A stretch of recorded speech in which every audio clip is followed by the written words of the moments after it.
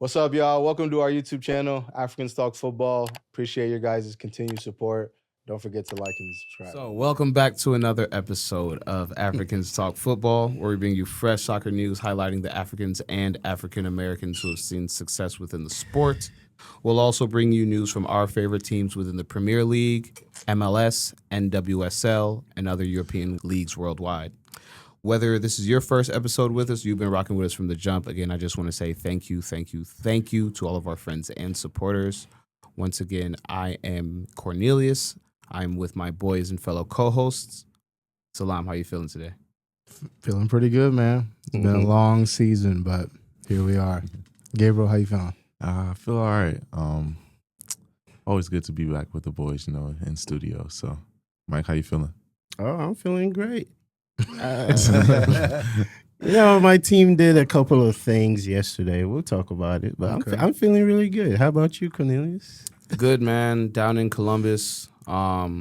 This is our Prem recap episode. Year 5.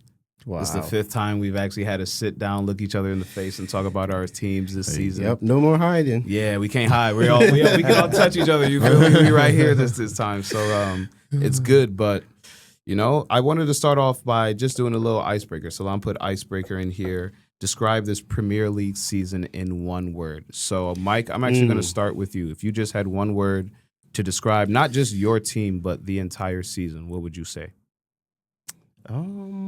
Wow. I would actually say that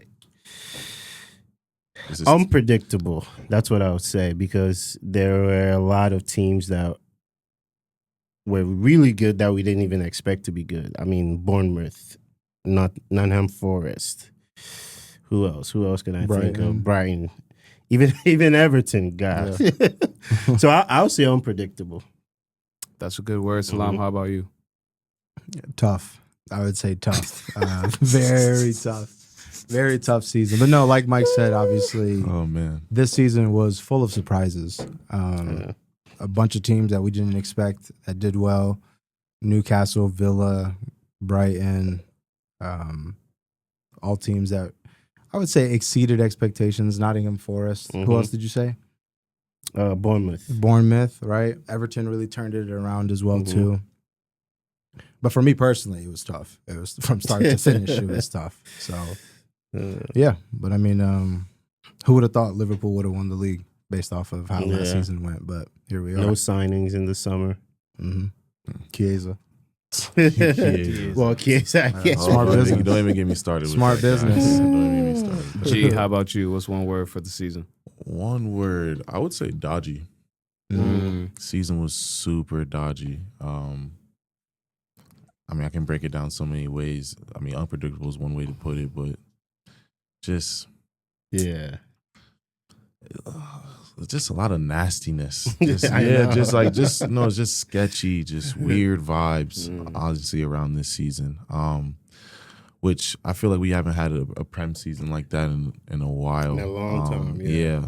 Where it's even the top 4 race, dodgy, super dodgy. But yeah, we'll get into it. I don't say too much. Yeah, man. If I had to pick one word, I feel like dodgy and fun are two sides of the same coin. I would say fun. Dodgy can be fun. You know what I mean? It was one of them seasons where it was unpredictable. There, it was full of surprises, but at the end of the day, it was fun. I can't remember the last time, 20, 25 weeks in, the top 4, top 5, top 6, top 7 were all right within, 10 points.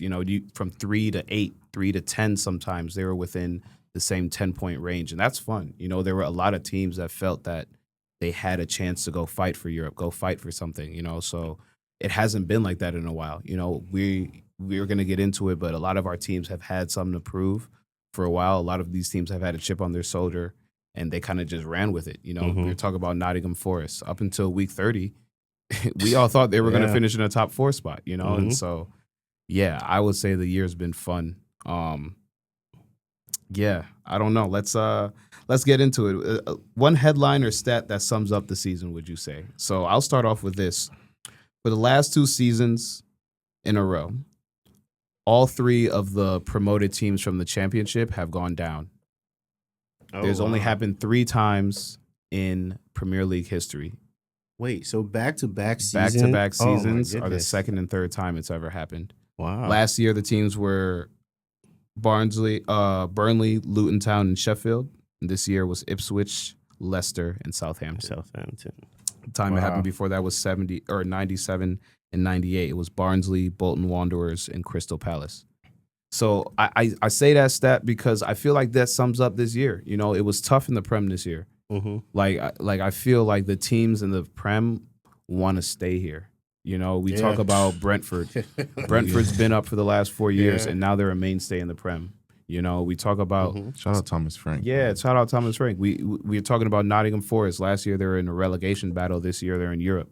You know, we got to talk about some of these teams that are truly like, like we know what it takes to be here now, and we don't want to go back down. Like I feel like teams now in the Prem, they don't want to go back down. And I kind of was doing a little bit of homework on today's episode, and I saw that stat, and I was like, that's actually big. You know, the last 2 years in a row, the teams that come up were like, nah, y'all ain't got enough. You know, maybe next time, but maybe next year. But yeah, that was interesting. I'm glad sorry to cut you off, but I'm glad you made that point. It brings me back to how do you guys feel about teams investing money into their team? Because that's what Forest did. It didn't really work initially last season, but we kind of saw the benefits of it this season. So how are we feeling? Spending money about the new teams that just got promoted? Are you saying just in general? Just in general. Because we also saw Chelsea, who spent a lot. Talking about your team. No. Wait. No. I'm just saying in terms of spending, because you're such an anomaly. Like there's. I know. But this is the point I'm trying to make. We spent a lot, but it wasn't working initially. Yeah. But this season, we kind of saw a little bit of, I would say, hope of what the future could be like. So I'm just asking, how do you guys feel? I feel like teams invested, honestly, this year. That's why I feel like it's more difficult. Because at the end of the day, we talk about 2 through 7 was a couple points. Yeah. When's the last time we've seen a race like this in the league? Even between the past 2 years in between, us, City, and Liverpool. When's the last time we really saw like a 3-horse race 30 weeks in? Yeah. We haven't really seen that. It's just been one team dominating or 2 teams dominating, honestly, for the past 10 years. And Arsenal just got included within the past 3 years. It was really just Liverpool and City had it for a couple years where it was just clear that they're going to win it. So, I think teams invested. Aston Villa invested. Come on, even second half of the season, Brighton invested.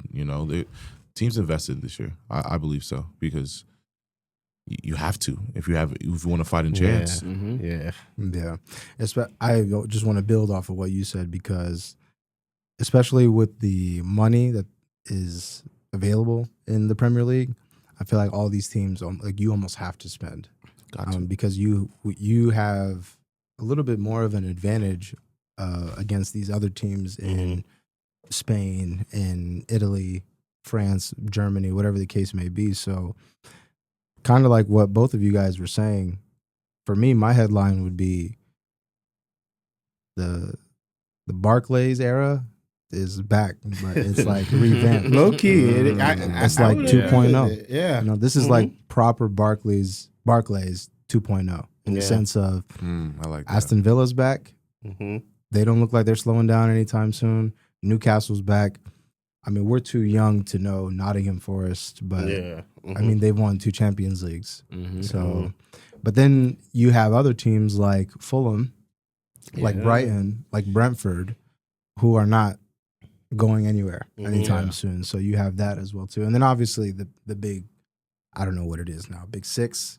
Are we out of it? I don't know if we're out of it or not yet, but there's all of our teams. Will never be out of it. Right. It's funny you bring that up, because my headline and my quote of the season is that the Big Six is dead.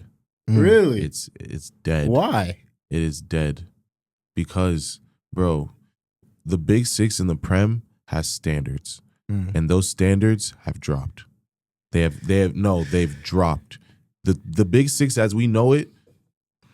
Every year they were in the mix. Doesn't matter. Okay. Every single year we knew what 6 teams would be in the mix. Clarify those 6 teams for me real quick. Manchester United, Okay.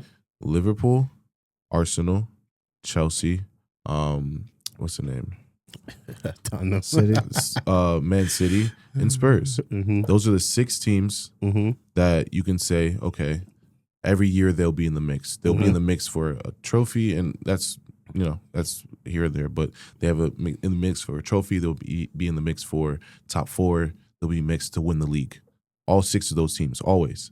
And I feel like over the course of the past 10 years, honestly, and honestly, the past 6, you've seen all of our teams go through ebbs and flows. Massive ebbs and flows. Like Chelsea was 13th at a point. Yeah. United and Tottenham were 16th and 17th at a point. We never finished 13th though. Oh, I'm sorry, but okay, but you finished 10th that season? No, I'm not even trying to talk shade. We were 8th 2 seasons in a row. Yeah, right. I'm not saying fair. Just you guys, all of us. Like we all have the standards. In every team, like I said, goes through their ebbs and flows throughout the years, but you're always in the mix. And there are some seasons that we have just all been out of it, and I think it's dead. And there are new teams in the mix now. Newcastle, we talk about them. Aston Villa, they're in the mix now. And I'm not saying they're in that big 6, but that's why I think it's dead. There is no big 6 anymore. So do you think we need to reconsider who the big 6 are? I don't know. No, I think we just have to I don't think scratch it. Scratch it. Way. Bro, no, I honestly think it's a Big 10. I honestly don't. Nah, see, because that shit. Big 10 is just the top half of the 10. I'm not mad. If we're gonna, but I get that. I'm not mad at there being a big 6, but maybe they rotate because some of these teams don't deserve that big 6 moniker anymore. No, they don't deserve that. Spurs won a trophy. That doesn't mean that you're a big 6. We're talking about the Prem. That doesn't mean you're a big 6 team in the Prem. Okay. Like, and this whole big 6 thing started because Europa League got 5th place, and so it was a marketing thing. Personally, I believe that, but it's always been top 4, big 4. It's always been top 4. And to Gabriel's point, a lot of these teams are now in the mix, so it's different now. It's like we have to start respecting some of these teams because in the last 3-4 years, it's not been the same top 4. Like, where's Unai Emery going? He's not. Him and Aston Villa are going nowhere. I don't see them. They're going to be in the mix, bro. They're going to be in the mix for the next couple of years. Yeah. Newcastle, if Isak stays and somehow Eddie Howe is able to keep this team because they're in Champions League. Yeah, they're in Champions League. They got money too. And they listen. Every team got 122 mil for staying in the Prem this year.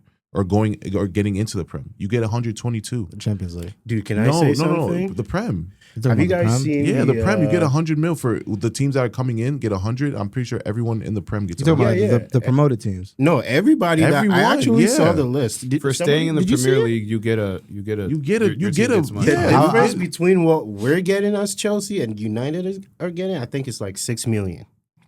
That's the only difference. Well, so everybody is the difference money. Is we owe money though. So the money that we're getting, you know what I'm saying? It's just going towards debt. It's going towards debt. We'll get into that when we talk about our teams. No. But to his big 6 point. Do you guys think Newcastle is more of a big 6 team than Tottenham is? No, because Newcastle has more history. I've won a lot more. I think it just goes by eras. Like in our era, at least, I feel like Spurs has been that team. Okay. And I'm not gonna say that they haven't or they're not in there because Newcastle's in our era, like I'm saying, is new. I remember watching Newcastle as a kid and being like, "Oh, this team is But those are very, very early memories. In my adult years, Newcastle's almost gotten relegated. They've been relegated, actually. They've been relegated. Yeah. They had to fight their way back and, have stayed. But, I wouldn't replace them. I think it's legit top 8. I think Forest this year had a really good season. I don't think that they're going to replicate what they did. We're just going to keep expanding until it's a top 17. Everyone who doesn't get relegated is top. But what I'm saying is that there's 8 legit teams that are battling for those 4 or 5 spots.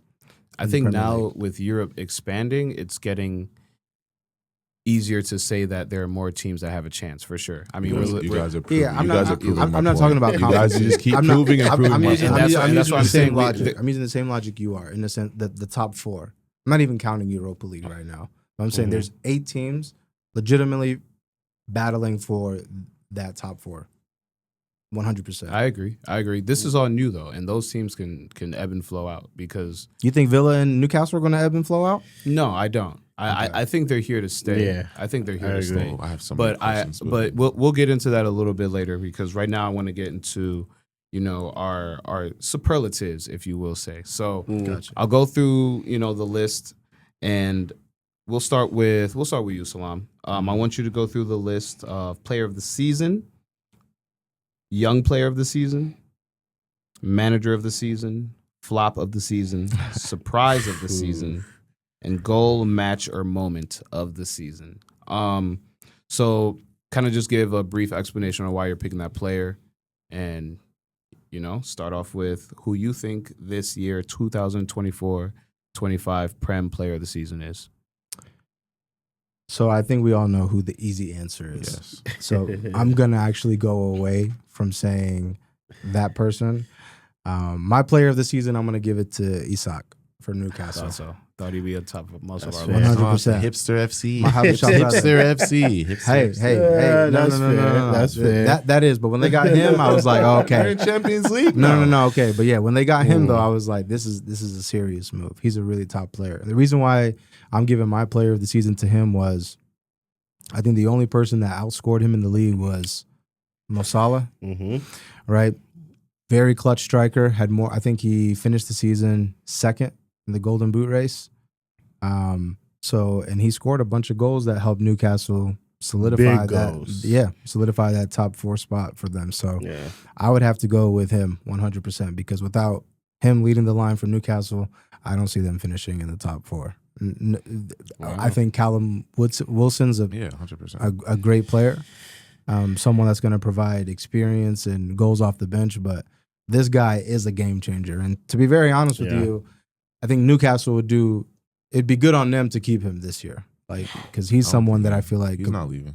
I mean, he has the talent to play in a bigger platform. 100%. Would you pay $100 million for Isak? Isak, they have to wait. They have to wait another year because this is the year that they'll tag him. Oh no, you want him? He's 130. Yeah, minimum. Would you guys pay 100 though for Isak? What? Yeah. Yes. Really?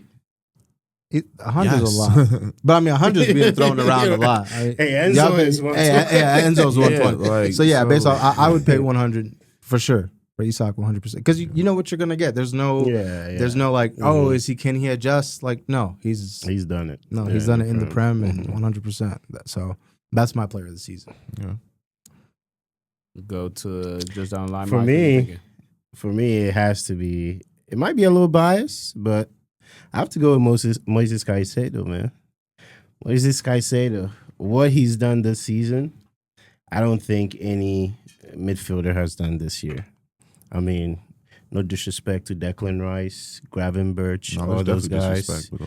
No. I just think in terms of goal scoring, Declan has been great this season. I'm not going to take that away from him. But Caicedo, what he does in the midfield for Chelsea, Cornelius knows this. I told him this was the midfielder when we got him 2 years ago. I told him at all costs, we cannot miss on this one. We have to bring this guy in. And everything he showed us this season was the reason why I wanted him at Chelsea Football Club. And I think he played a big part in us getting top 4. And I can't think of anybody else right now in the Prem that can do what he does. So, wow. Yeah, I don't think it's a hot take. Do you think there's somebody else? I think maybe Declan, yes. but not to that level. I think he's really good. The physicality, tackling, winning possession. I mean, who's doing it better than him? I mean, like I said, I put Declan Rice up there. That's just I told you no disrespect to Declan. No, Declan does the goal scoring. He does the creation. But it's not even crushing the box. He does all those things well. I'm not taking it away from him. I'm not. I know you're not. I'm talking about just pure just from being from a 6 standpoint or playing an 8 because he can play both.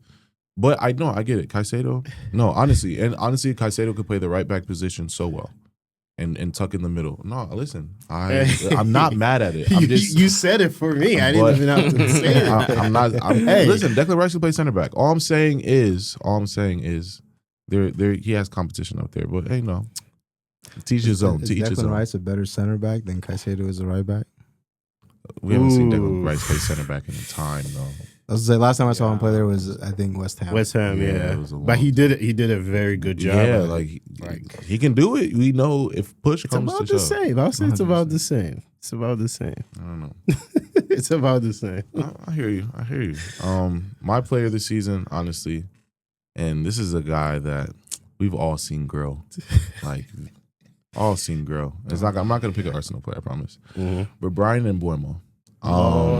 Good shot. That's a good one. This That's a guy, good one. and you guys know how I feel about Brentford. For That's a anyone good that one. does not know, That's a good one. Brentford has been a team I've been following for easily over 5 years now, 7 years easily. But yeah, he 20 goals this season, Yeah. 7 assists, 27 GA in the Prem. Really leading his team by example. Really taking over him and Wisa after Ivan Toney left. Ivan who? Anyway, just an all around, and the guy's available. You know, he really, yes, he's had his injury problems in the past, but he's not like we see him for a month and he's gone for a month. He's a guy you can really rely on. Yeah. And yeah, no, I think he had an amazing season. Obviously, what he does for Brentford is really you really can't match it. It's unrivaled, and I think he's going to get a move this summer. If I'm being completely honest, he's linked. He's linked to a couple. He's linked to us. He's linked to Arsenal as well. We've looked. He's on a short list. I can guarantee you that he's on a short list. So, you know, this is a guy that I think he does deserve a big move, and I don't think he'll disappoint because I feel like this is a player that just got it from the mud, and his motor, his work ethic. He's African. Yeah, he runs himself into the ground every match. You can see it, So that's definitely outside of the obvious answer. That's my player this season. I like that shout a lot. Yeah. I was just watching his goal catalog this season. It's important goals. I was like, when did he score that? Come When did on, he score man. that? Yeah. Good goals, It's important goals. crazy. He can score in a multitude of ways. He can play the 9. He can play out wide. Yeah. This is a guy you can I like that shot a lot. easily. He could go for 60, 70 million. I would not be surprised, bro. If Yeah, he I goes think for 60, I would not be I surprised. saw a Tottenham link too. I think he has a release clause though. I could Yeah, be does he? mistaken. Oh, I think it's I like didn't know. 60 around what you said, around 60 to But 65. that's a proper That's a good release clause, valuation. man. And That's a good valuation. Brentford and Thomas Frank will definitely reinvest that well and build the team. yeah. So if he leaves, but I think I do think he deserves a big team, not a big team, but a bigger team. Bigger opportunity. Yeah. Yeah, that's one player, along hand with Wissa, since they've been in the league, their goal tally has just increased year after year. Like you said, Mbeumo 20 goals, Wissa had 19 this year. Highest scoring duo this season. Highest scoring duo. So shout out to 39 them. goals. That's Wow. crazy. Yeah, insane. Wow. But my guy, I've been talking about him, for a little bit. 8 goals, 8 assists in the Prem, 4 goals in 5 matches in the FA Cup, including the game winner. Eberechi Eze, man. Wow. Another player who we've seen grow, talking about a player who we've seen grow in the league.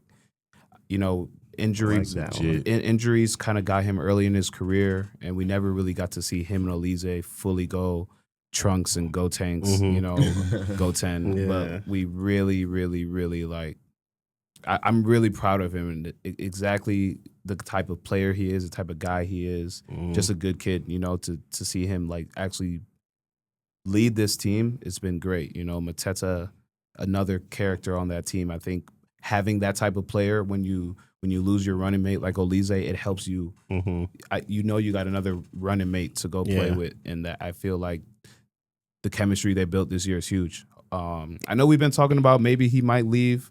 But I truly hope he doesn't. Like I said before, They're in Europe. Yeah, like I said, They're in Europe. he's in Europa League, so he really gets to see what he can do with this team on a world stage. Look, we just saw 2 Premier League teams in the Europa League final this year. Who's to say it can't be another Premier League team again? So for real, I really think that Eze is in a very prime spot. Again, he's only 26 years old. He's been called up to the English team. I can guarantee you that he's going to get called up again. Yeah. So he's in the prime of his life right now, and I'm just proud of him for real. It's been a great season for him. And I think just that point that you just said about being like in the England mix, I think that's why he's going to stay at Palace. Mm-hmm. You know, Yeah. like, you already have a stable situation there. You know that you're going to get minutes. And you're the best player on the team, so you're going to get your opportunity. So it's a good move. If he doesn't stay at Palace, though, Mm. where do you guys think he should go? I mean, Honestly, if he doesn't stay at Palace, I think he should. Honestly, Arsenal. You should go to Arsenal, right? No, I mean, I would love him at Arsenal. Don't get me twisted. I would love him at Arsenal, but honestly, bro, I can see him going Germany. I was gonna say I go can somewhere see- out of I the can- go yeah, somewhere I out of the I can see prem. him going Germany or even going to. I can see him in Milan kit for sure. Wow. Being what, and I love this guy. I hate to criticize him, but being what like Leao should be yeah. with Milan. Like I can see him in an Italy kit or like a Bayern kit. I could see him in Inter either. Them stripes look good on him, man. Like, Yeah, no, any he team could- with a stripe, any team with a he stripe, could go to yeah. Inter and do some damage too. Because I could see him there. They have Lautaro, but he's that other creative player. Because Inter's usually a little bit older, but they Yeah. usually have a flair player. I could see him going over there and doing some damage. Yeah. Wow. I like the Bayern move. I think Yeah. go replace Thomas Interesting. Muller and potentially just get minutes on the wing. So And- between him, Elise, and Musiala, and then with what's his name? Your boy up top. Kane. Yeah. Because the And thing you with still have Elise, you go back Yeah. to the running mate, man. Because the thing with me is, I don't think he's going to be allowed as much freedom on any other Premier League team as he has on Palace. And a Yeah. player like that, he needs to be Yeah. a little Why more not? free. You won't trust him? It's not that. I just think there's not the There's gonna teams be that other in the Prem players. that he would go to are already kind Mm. of set up in a certain way. And there's going to be other. I mean, on Crystal Palace, he's the guy. That's why. You know? That's why he should just stay. Really. Yeah, Exactly, but yeah. but if he goes to another team, there's also going to be other guys. True, Any other Prem team that you Especially go, if even, it's a big even team, even yeah. if it's Bayern, even if it's one of these teams. But I feel like in Italy he'll be able to express himself a lot. Like I really do feel like that. And even in Bayern, there's some big names, but they also have to replace some big names, so it's another spot for him. But yeah, I won't lie. I know the young player of the season is next, and I want to start off. All right, go ahead. I want to start this one off because You probably have who I this guy.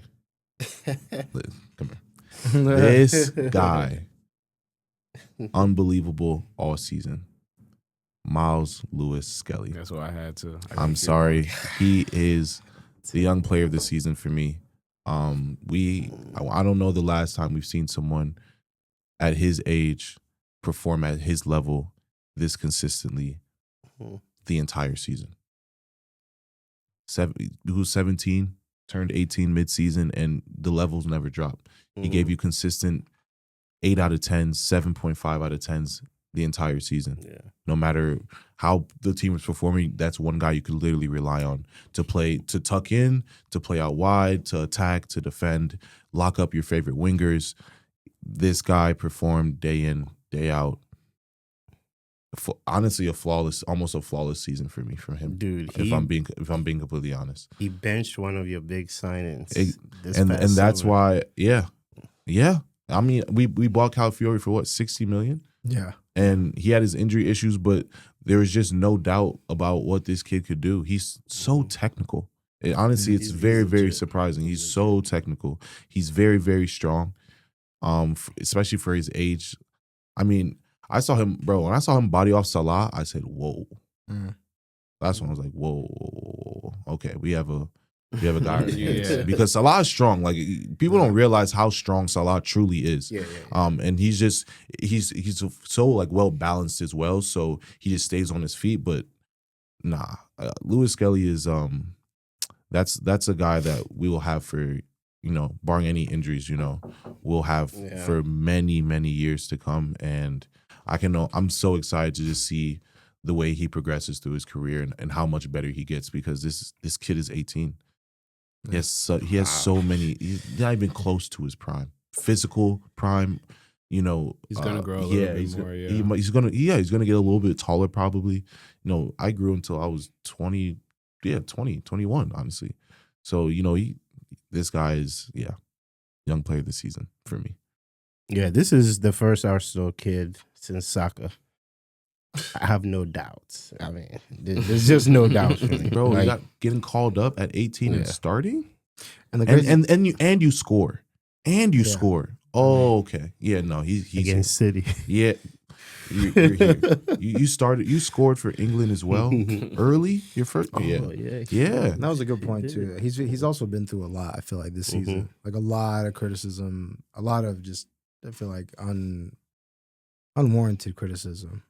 Is it unwarranted though? No, I think it is unwarranted because if I'm speaking freely, like I think if that was first of all, I just want to say, especially over in England. I think people have a different interpretation of what confidence looks like. Yeah. Oh, yeah. Or what confidence should look like. I think when you have a young black kid like Miles Lewis Kelly showing the confidence that he's having a great season. He did. It's not like he's just, like unaware and is just kind of taking advantage of like this particular moment. It's like, no, I'm doing this. And I was going to say like, that's a good shout because when he came into the picture, he came in with Wanyeri. Yeah. Wanyeri obviously looks like the one that probably has the higher ceiling and is a little bit more exciting because he's an attacker. But Lewis Kelly is the one that's like, this is going to be your left back for the next decade barring no injury. And he's reliable too. No doubt. Obviously, like the red car and like the discipline,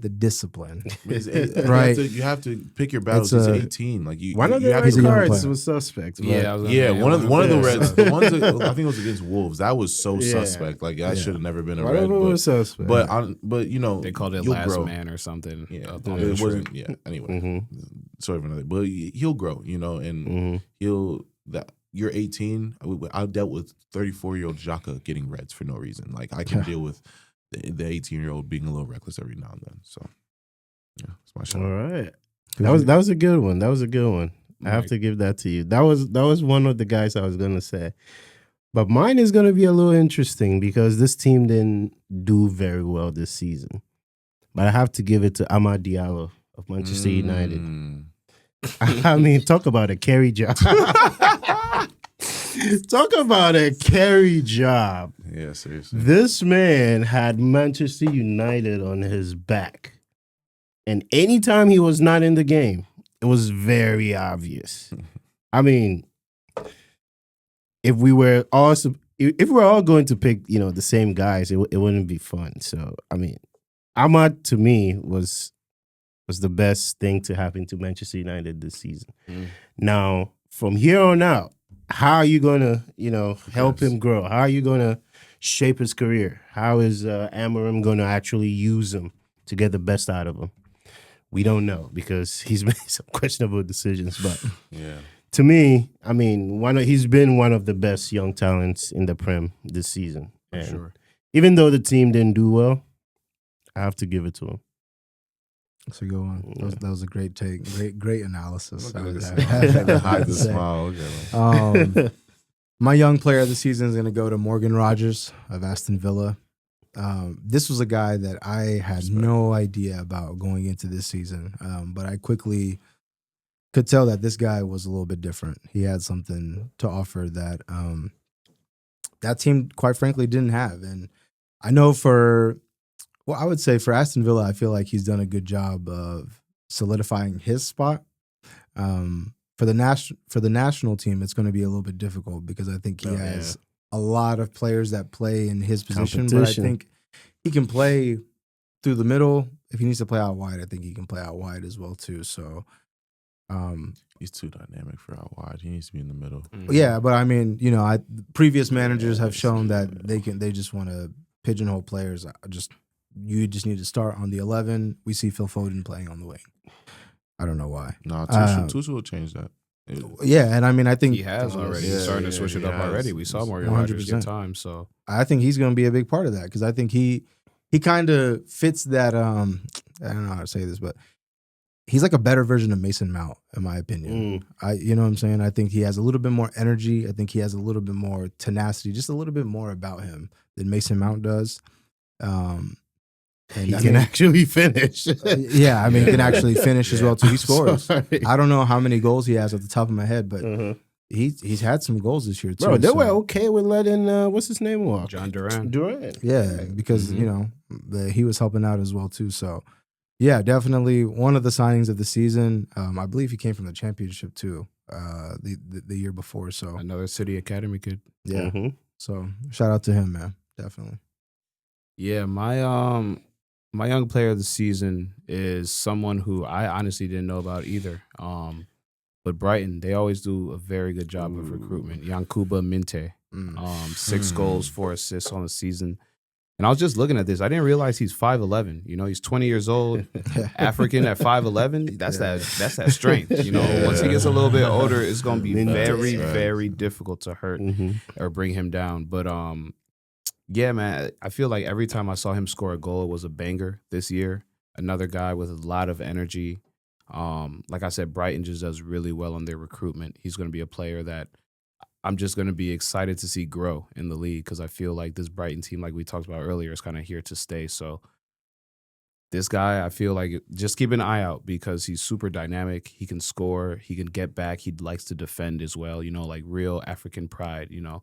So, yeah, this is a player that I honestly, I'd love to see him in a Chelsea blue, but you know, I'm gonna just float that in the air. You know, we got good, we got a good relationship with Brighton. Robbing Brighton. Yeah, we got a good relationship with Brighton. You know, all I ask is that they just don't keep trying to extort us with these ridiculous prices, man. Come on, y'all got them. I'll take Cucurella for 500, Alex. No, so for this one, I want to do manager of the season. Mike, I'll start with you on this one. Wow, manager of the season. This is tough because there were some good ones. Man. Arnie, man. You got to give it to Arnie. Yeah, Arnie. And this is for Salam, man, because Salam was telling us all summer. Yeah. Arnie was about to get slaughtered out. We have to. Yeah. Salam kept telling us he was so sure. This is allegedly. Oh my God, man. We have to give Arnie his credit, man, because what Liverpool did, I don't think any of us expected it, predicted it, saw it coming. I don't know, man. One signing this past summer? Yeah, Chiesa. Ran Klopp's team right back and got them a Prem title. I mean, hey, you got to give him credit because it's difficult coming into a team like Liverpool, who's had Klopp, who's built everything, won everything with them before he left. Well, not everything, but close to everything. And you come in as a new guy, and you're gonna come in with your philosophy, your ideas, and you know, it's difficult. Like, these guys have won everything already. What are you coming in to tell us? Yeah. You know? So you got to give him the credit. The guy's bought in, and he was able to, you know, play everybody and use everybody to the best of their ability. So, and I think also, too, just when you look at their top 3 players, Virgil, Salah, and Trent, like, going into this season, their contract situation was just kind of up in the air. So fast forward to now, for you to get Virgil and Salah to kind of buy in and re-sign, I think speaks volumes. And 100%. Obviously, I said this, I think, before.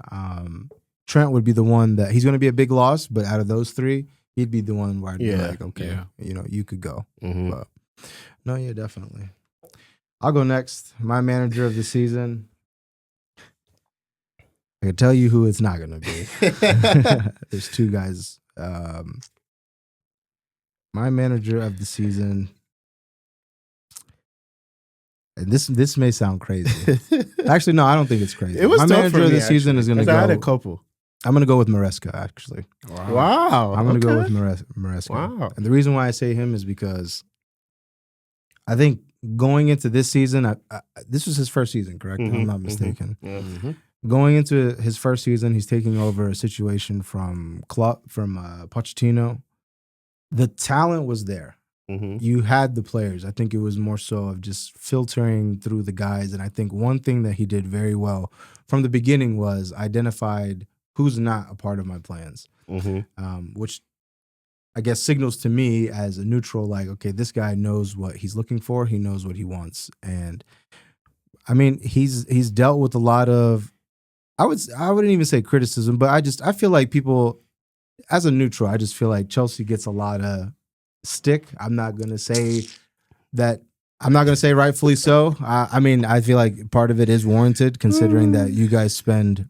Considering that we know Michael Golo. Yeah. Considering that we know Michael Golo. That's the $1 Billion Boys Club over here. Yeah. You know what I'm saying? Shout out Pharrell. Yeah. Todd, what were we calling them? Bowley's Bowley's boys. Bowley's boys? The Bowley's Blues. No, but I think all things considering, I think he's done a good job managing this team to a top 4 finish. No really chatter, I would say, like in the locker room or anything for the most part.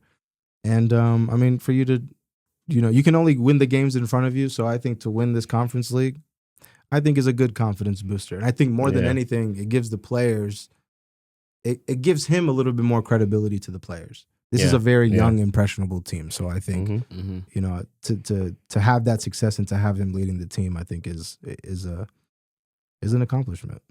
No, yeah, I agree with that. That's a good shout. Yeah, more on that later. But for me, my manager of the season was Nuno Espirito Santo.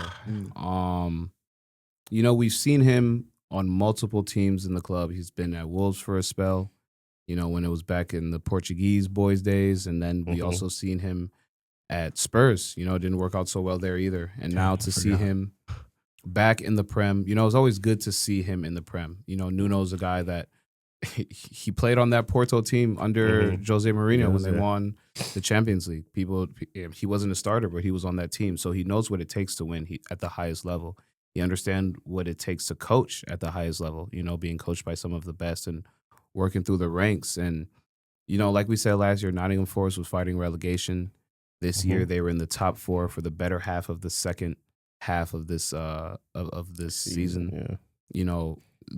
Their owner is the same owner as Olympiacos, so he actually deserves credit because he knows this football game. He wants to be good, and he actually is trying his best. Like Mike said, at the top of the episode, he said, "What do you think about investing?" Nottingham Forest invested a lot of money. They got a lot of players last year, and again, it didn't seemingly work out on the surface, but they got over the hump. They didn't get relegated, and from there, they built this year to now get a European spot, being in 7th place. So.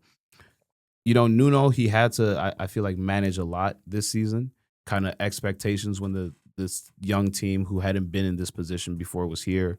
And then, kind of I wouldn't say crumble and collapse, but kind of, what happened at the end, they could have managed that better. But I feel like right now, this is great for him. This team gets Europe, so they're going to be playing in multiple competitions. I think this is huge. Players like Olanga getting a second chance, Ola Aina getting a second chance, Chris Wood, he was just on Newcastle. He's getting a second chance, also in Europe. So I think what Nuno was able to do with this team, he kind of like of ragtag players, he pulled them together this year. So that was huge. That's a good shout. That was going to be my shout, actually. Yeah. Manager of the season. My manager of the season. I'm just kidding. Arteta out. No. We won't go this. I'm gonna go Hipster FC. I'm gonna go with Eddie Howe. Actually, this is a guy that honestly, Salama said a lot about him, but I didn't think he was actually gonna. I didn't know how well he'd do with this team. And to be able to get this side into Champions League, also dealing with all the outside noise. Tonali had a lot of noise, injuries throughout the season. He's done very, very well. He's done very, very well. And this is a better job than I thought he was going to do. I never thought he was going to get them a Champions League. Facts. This is a team that I definitely thought was going to be in Europa, and Isak would leave, and that would be that, and that would probably be the end of Eddie Howe at Newcastle. But no, he mustered up enough to get this team going, to bring guys back in to the side, and Isak, Anthony Gordon, Joe Linton, Tonali, Shar to a certain extent, these guys got it done, and they're in Champions League, and I think this is a team that is, it's a dark horse in Champions League. I'll tell you that. Because Isak has been dying to play in this competition now. dying to play in it. And the fact that he's actually going to be there, he's a big stage player. Yeah, he's definitely a big stage player. So, Eddie Howe for me. I still believe he's done a great job this season. I still believe with where Newcastle's going, with the financial backing that they have, and just the status of club that they are, I still think that they're going to get somebody else in. You've been saying this for 3 years now. Eventually they will. I still believe it. If you say it long enough, it'll be. I still believe it. But I mean, ever since you've been calling them Hipster FC, I feel like they've only gotten better and better. Yeah. No, but Eddie Howe. You know? They were in Champions League, I think, last year, right? Yeah. Right. Mm-hmm. So I think. But they won a trophy this year, and they got Champions League again. So that's why I'm like, but with that, your expectations are going to get higher, though. Right. So what I'm saying is when you find yourself in a situation where you could do, I think that they're going to, I can't even say that they're not do better because he's done a good job. But I think that if they have the opportunity to get in someone who's a proven winner in Europe, they'll do it 100%. I think getting better for them is winning the league, though. Wouldn't you say? I mean, because to your point, there are a top 8 that are now fighting for the league. So if they're getting European berths consistently now 2 years in a row, Champions League, if they're winning trophies domestically now, I think the next thing to say is, okay, we can go fight for Europe or we can go fight for the league. That's the next progression if you're a team that's now consistently getting Champions League. Now you're fighting for trophies, you're getting to championships and you're winning them. Why not go fight for the league? Yeah, I personally think that it'll be an easier task for them to battle in Champions League than in the Premier League. I think that there's just more teams. See, I would have agreed with you on your point that, they will end up needing somebody, of a bigger stature. But after this season, it's going to be hard to fire him. It's hard to fire him. We'll see. I think they're going to have to Eddie ride Howe's with been him here, a little bit. 6-7 years now? Yeah. It's been time. He's built this team. I don't think they're about to just throw him out to the wolves after his best season at this time. I'm just saying the people who took over, they came after he was already in charge. True. So I think that he's playing with house money right now. Oh yeah, he's built for sure. a lot of credit. He's playing with he's built a lot of credibility, which obviously is going to give him time. But again, I think that with this isn't like an English owner. These are Saudi owners. They're ambitious. Trust me, they want to. They value Europe way more than this Premier League. So I think that it's if you're a team like that on the verge. I mean, I think United have shown that.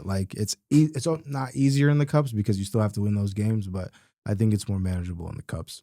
No, I hear you. We'll skip popular of the season because time's sake, but surprise of the season. Oh, really? Yeah, skip flop. Oof. Yeah, we'll come back to it if we have time. We got a lot to get to. We're running on time. But surprise of the season, you can do player or team. So I'll start with you on this one. Surprise of the season. I'm actually going to mix this in with my newcomer of the season. Surprise could be flop too. You could do surprise and flop. Mm-hmm. My surprise is going to be Omar Marmoush. Yep. I didn't Omar Marmoush, my newcomer of the year. Now, there was a few people on this podcast that told me that they didn't really rate him as a player. That's not what we said. I said he was world class. World class. Yeah. You called him world class on Jump Street. I'm not even going to look at them. I'm just going to look at you guys. Right? You can go back. I called him world class. I think the words that were actually used was he needs to come and do it here in the Prem. I believe you said that. Has he done it? I think he has. I think in the short amount of time that it doesn't take. You are gassing. It doesn't take. No. Listen. I'm going to say this, and then I'm going to bring it back to my point here. Okay. This logic of they need to do it in the Prem, I think, is a very bogus statement in my opinion. No. Because when I told you guys about Erling Haaland, you said he was going to score 15 goals in his first season. He shattered that by a mile. So for me, and this is what I told all of you guys, Erling Haaland. That's my worst take, by the way. Erling Haaland, 100%. Erling Haaland didn't need to come and score at Turf Moor or he didn't need to come and score at the King Power Stadium for me to be like, oh my God. We're not talking about that. We're talking about the best league in the world. Why are you talking about teams that we're getting relegated in the championship right now? No one's talking about those teams. But no one's talking about those teams. He scored on your team. He scored on your team. He scored on everyone's team. He scored on my team. So he scored on the. What we talking All about I'm saying is the traditional. Listen, it comes down to Marmouche. He is not world class to me yet. I'm sorry. You cannot tell me that does he have world class talent? Absolutely. 1,000%. Can he become that? Yes. But has he proven that he's world class? Absolutely not. I'm sorry. I think in Bundesliga, he showed that he was one of the best players. You could probably say Wirtz was better than him. Obviously, I would give you Wirtz was better than him. But aside from that, this is a guy who can play down the middle. He can play on the left. He can play on the right. He can play as a 10. He's versatorough. He's played this season. De Bruyne was out the whole season. Haaland was out. Who was the one that was playing well throughout the... Next season. We're going to see it next season. Which leads me to my point now. Now that De Bruyne is gone and out of the picture, you're going to see what this guy can truly do next season. I'm telling you. All right. This is not this guy. Oh, we'll be watching. Oh, yeah. I'm sure you guys will be watching. Oh, I'm sure. Right? People were texting in the group when they were like, yeah, did you see that goal? Did you see that goal he scored against what's it called? We all have a goal of the season. Best goal of the season. A lot better than, Bournemouth? Hey, against Kepa? Hey, I'm just saying. That's the human highlight reel. But I think that this guy is a real serious player. I think he's a lot better than a lot of players that we watch on a week-to-week basis. 100%. Yeah. It doesn't take me very long to identify a player like him and be like, oh, okay, this guy is actually next level. 100%. And I think you guys will see that next season as well too. I think you're definitely trying to be ahead of the curve, but I agree with Gabriel, man. We haven't seen enough still. Prove it. Very good. Okay. We'll follow up next year. My surprise of the season, this also falls into my flop of the season. And I don't even want to hear anything from you, so please don't even speak. Martin Odegaard. Wow. I have to speak about it. That's fair. That's fair. From just the point of him being our captain. And, the first year that Arsenal really popped on when got Jesus and Zinchenko, and, he scored 50. Our whole front four each had, I think, 10 goals each. Double digits. All double digits that season. I'm not even talking about 2 years ago. I'm talking, and not even it stems to really last year and this year. It has just been poor. Just from a lead, you're supposed to be our captain, our leader, a guy who is supposed to lead by example, not only off the pitch but on the pitch. That is part of wearing the armband. Mm-hmm. That's just part of it. And you accepted to carry that weight because you weren't just thrown the armband. The team had probably decided on it. The manager decided on it, and everyone said this is going to be our leader. As a leader, this is extremely poor. What I've seen the past 2 seasons, and this, and not even last season as much, but this season has been diabolical, bro. I'm not even gonna lie. Like it's to the point where like they're gonna let him keep the armband. But when I saw Declan Rice have the armband, come last match day, I said, That's your captain. I said, And Odegaard got it, and he ended up scoring the winning goal that day, and it was great. Good job. But as a leader, when we needed you in big moments, I'm saying you as an Arsenal, when we needed you, I said this all season. When Saka was out, he held it down. Every match. I never had to worry about him. He held it down. When Saka was out, what did you do? Stinker after stinker after stinker, bro. Taking the piss. Honestly, taking the piss. Honestly, it was very surprising for me because honestly, for me, last year was a down year for him, and I was like, okay, but I expect you to bounce back this year, right? And for you to just have a worse season as our captain, unacceptable, completely. So that's I have a question for that's you. My newcomer. Do you think the reason why you feel this way about Odegaard is because you guys put a lot of expectations on him? No, I don't. No. Do you think he's that type of player that can handle that type of responsibility? Yeah, because he's held that type of responsibility before. So yes, if there's no way that you were elected captain without understanding the team, understanding this person can handle this, and also you have to accept that within yourself. Come on, bro. We're paying you hundreds of thousands of dollars. No one has time to play with you. Like I'm serious. Like I don't have time to play, bro. You know what you have to do week in, week out. Saka knows what he has to do week in, week out. Saliba knows what he has to do. Gabriel knows what he has to do. These guys know what they have to do. You know what you have to do as the leader, and you're not doing what you're doing. There are guys outworking you, doing more than you, being better than you, outleading you, outleading you as the leader. That's an issue, bro. That's an issue. It's an issue. Is it time to change your captain? But I don't think that there's anything wrong with changing the captain. He can still be like a co-cap. Like Saka's a captain, but Saka doesn't strike me as like they're not going to give it to number one. It's Declan, man. Declan is he's the captain. I don't, and honestly, I don't think they're going to change this season. But let him have another season like this. Oh, it's getting stripped. 100%. Let him have if Odegaard is listen, and honestly, I'll give him the slightest bit of slack because he had the kid this year, and I know. Long nights with the kid. I already know how that goes. But still, like we're at too big of a club. You get paid too much bread, bro. If you have another poor season like this, nah. You have to get stripped. Okay, you have to get stripped fair. because when I would want to give it to Declan Rice not only because he is a leader, but he's been a leader from a young age. He was 18. Yeah, he's 18 being a captain at West Ham, bro. Yeah. 18. Odegaard, this is his first captaincy the past 3 years. This is the first time he's been a captain. And he's been a captain anywhere else. Madrid didn't play Sociedad. I don't believe he was captain at that point. He was still a relatively young player. I mean, he's still a young player. But Declan Rice, 18, leader of men at West different Ham, situation, led them to a trophy. And yes, different situation, but that would be my preferred choice. Yes, I hear you. And I'm not saying you can't. You can't get the captain's armband when Rice isn't on the pitch. Saka will get it as well, but. Nah, man. We need Arsenal needs a leader by example. The past couple years, yes, you led by example. The first couple years, you really emerged. But these past two, nah, man. It has to be better, and you have to understand the right and the privilege that you have right now, and it's not good enough. Simply not good enough. That's fair. That's crazy. Oh, you're gonna go? Yeah, I haven't gone yet. So for me, I would have to go with Rasmus Højlund.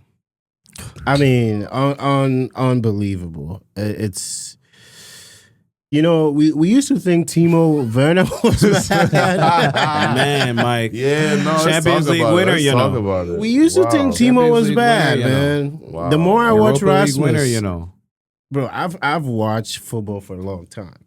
I can't tell you. I really can't tell you. I really can't tell you what he's good at. How you could possibly use him, I can't tell you. It's just every game. It's almost like, how is this guy a pro? United needs to do something. I mean, that's a $72 million loss. Just call it and just move on. But I mean, he's linked. Right. There's people who want him. There's There's people in Italy who want him. Napoli's in for him. Yeah, I think Rasmus Højlund this season, most embarrassing player in the league. Wow, just now it's embarrassing. It's not even. it's not even flop or surprise. It's just.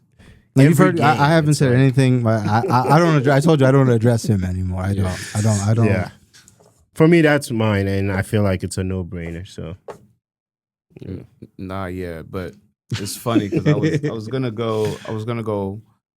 Daniel Munoz as my surprise of the season, but Gabriel said something about his captain that made me switch mine to Reece James, and I'm going to say that for a big reason, because Gabriel's talking about how when Saka went down, you expect your captain to step up and be like, "Hey, come on, boys, let's go." Bro. And there were a lot of questions around Reece James this year. Obviously, coming off the hamstring injury that has lingered for the last 2-3 years at this point. Mm-hmm. Even during that Champions League run in 2021, he had injuries. So we know this is an injury-prone player. We know that Chelsea's been up and down over the last 3-4 years, and a lot of that has to do with stability. We never really had a leader on the pitch. And, you know, Reece James, he only played 19 games this year, half of our games. He didn't start in most of them. Yeah, he only had 1 goal and 1 assist in the league. But when did that goal happen? When we were down to Bournemouth at home, and he scores a 95th minute direct free kick. Yep. When did that assist come? In week 37, when we're playing Manchester United, it's 0-0, and we need an assist to go up 1-0 to go and get those 3 points because we have Champions League aspirations. Shout out to Victor Lindelof. Yeah.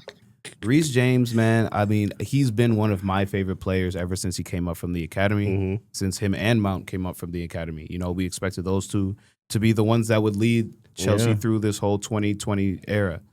And, you know, we haven't seen him as much as we've wanted to, for sure. But, you know, we'll talk about this when we talk about our teams. But just his leadership on the pitch is evident, fam. It's evident that we need him on the pitch. He's Chelsea through and through. And you need those academy guys. You need those elder statements. You actually need those guys that can lead your team and say, hey, this is what it's about. This is what we have to do. You know, there was a video of him leading into the second half of the Conference League final. You know, he called literally everyone in. He was like, no, come in, before they started the second half. And couldn't really say what he was saying, but you could tell from his face, he was like, yo, boys, we got this. Like, none of that sweet shit no more. Honestly, this is for a trophy. We already sold up Champions League, but let's let the world know that we're here. And this is what I was saying the last 3-4 weeks. That's what I wanted to see about this team. And for me to see that in my captain, bro, I almost got tears because I was like, this is what I expected, and this is why we need Reece James on the pitch. I said in the group chat, I said, get Reece on the pitch. Malo's not ready for this. Yeah. And as soon as he came on the pitch, you just saw calm. You saw true calm. You saw Reece calm. There was calm in the back. He was telling Cole Palmer, yo, go play. Yeah. And that's what I need from my captain, and I hope Reece can play another 10 years. So that was my surprise of the season because I didn't expect to see him this year. Yeah. But he did what he had to do in the moments that, you know, he could play. So. Played more than 20 games. So let's get into our teams, man. Yeah, man. So let's start from the lowest to the top. Yeah, you know, because we need to talk about some of you. As tradition goes, we're always going to start with, you know, the team that loses, and we can clearly, you know, some of you deduce who that is. Yeah, but you know, keep it short, keep it sweet. But I want to know what grade you would give your team for the season. I want to know the best moment and worst moment from your team this season. One critical fix that your team needs. If it needs more than that, just please keep it short and sweet. And then for the 2025-26 season, do you think your team will finish higher or lower than where you currently at? If you finish any lower, you're going to be happy. You won't be here no more. We're gonna have to look for a replacement. You have your own solo camera and episode for 20 minutes separate from the rest of the pod. That's fine. You know, I'll start with the last one. I mean, it has to be higher. It has to be higher because if we get any lower, we're gonna have bigger issues at hand. So I'm gonna start there. We're definitely gonna finish higher than we finished this season, which was 15th. But this season, I would firmly give us an F. Quick. This was the worst season I've ever experienced as a United fan. I've been a United fan since 04, the 04-05 season. This is the worst I've ever seen Manchester United. Statistically, this was our worst season. We finished 15th. That's our lowest finish. Collected just 42 points. That's our lowest total ever. Scored only 44 goals, fewest in Premier League history for you now. 44 goals? 44 goals in the Premier League. No way. Yeah. 44 goals? Conceded 58 goals, which is the most we've ever conceded in a Premier League season. I'm telling you, these guys are history makers. Yeah, these guys. Trash. Hit makers. Listen, I'm not done. Managed only 11 wins. That's the lowest ever. Wow. Lowest ever. Suffered 18 losses, most ever in a single campaign for Manchester United. And what makes it harder is I remember last year from now, we had a really tough season last year. And I remember telling y'all, like, it can't get like this. Going into the summer with Ten Hag. It's going to get worse. Told you, bro.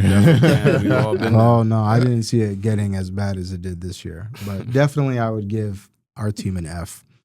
Best moment of the season, for me, it's easy. I would say the comeback win against Lyon at home. Unfortunately, we weren't able to capitalize off that moment. But that was one of the few bright spots of the season. And definitely, if you're a United fan, regardless of how you felt about this player or that player, that was a moment where you could kind of get behind the team. And like I said, unfortunately, we couldn't capitalize off the moment. Shout out to Spurs. Worst moment for me, I would have to say, is the January transfer window. And the reason why I say this is because we let go of 3 players, 2 attackers and a defender. We let go of Malacia. We let go of not Sancho, Rashford, and we let go of Anthony. And the only position that we addressed was replacing the left wing back, which I'm very happy with what I've seen from Dorgu so far. But that signaled to me that, like, we're not being ambitious. Y'all was in debt. Y'all had money to pay. But the thing is like, then why are you weakening the team? Like, how much of a gain are we going to make from now, from January until the end of the season? I don't know how much that loss is, right? But when you look, I just said that we had a problem scoring goals this year, and you let go of 2 attackers, and then it's crazy. Those attackers, they went to the teams that they went out on loan with and looked great. Well, I could have used half of Anthony's goals. You know what I'm saying? We could have used 1 goal in the final to make that a 1-1 game. So I would have to say the January transfer window. And I don't know. I feel like for you to bring in Amarim midseason and then not back him in the January transfer window, like, what was the point of bringing him in midseason? What were you told as the Amarim? What were you told to make it, you know what I'm saying, for you to leave your situation and then come over here? Yeah, he had a great situation at Sporting. It almost seems as if you were just kind of bright-eyed at the situation. You're right. And it just was like, seems that way. Lights got too bright.